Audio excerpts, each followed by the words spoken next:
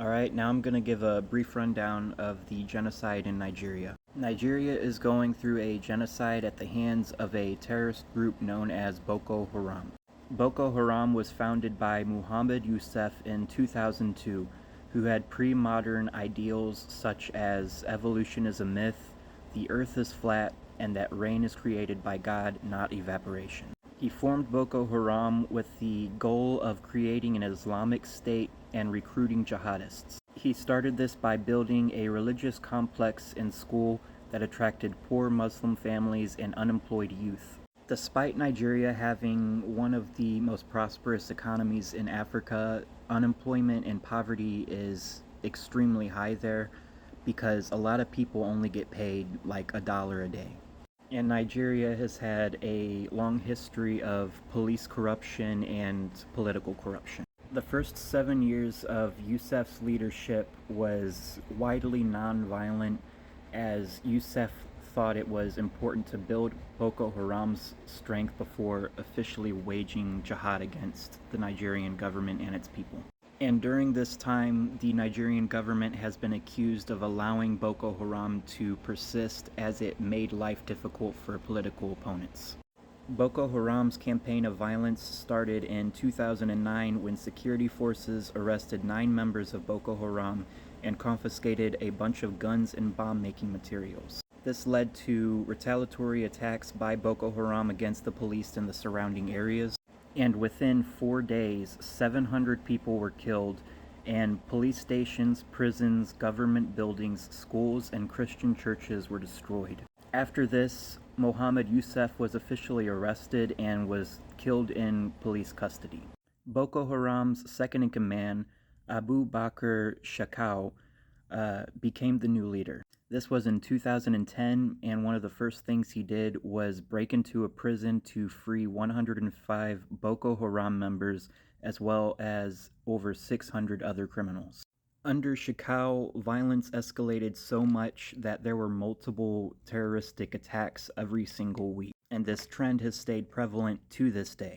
In 2011, the UN headquarters in Abuja was bombed by Boko Haram, and 23 people were killed, including 11 UN staff members. In 2012, after President Goodluck Jonathan became president, he had claimed that Boko Haram had already infiltrated Nigeria's police forces and military. He then issued a state of emergency. And again, this is very brief. If I had to talk about every single terrorist attack that they committed, I would be making videos for days. And in every one of these terrorist attacks, hundreds to thousands of people have been killed. In 2014, there were 2 notable terrorist attacks against boarding schools. The first one involved Boko Haram burning down a boys' dormitory where 59 boys were killed, most of them burned alive. The few that managed to escape the building were either shot or stabbed to death. The other boarding school event involved Boko Haram going in and kidnapping 276 girls. Shekau, who was the leader of Boko Haram at this time, claimed he was going to sell them into slavery. And when the Nigerian government tried to negotiate for these girls' release, Shekau had said that they had already been married off.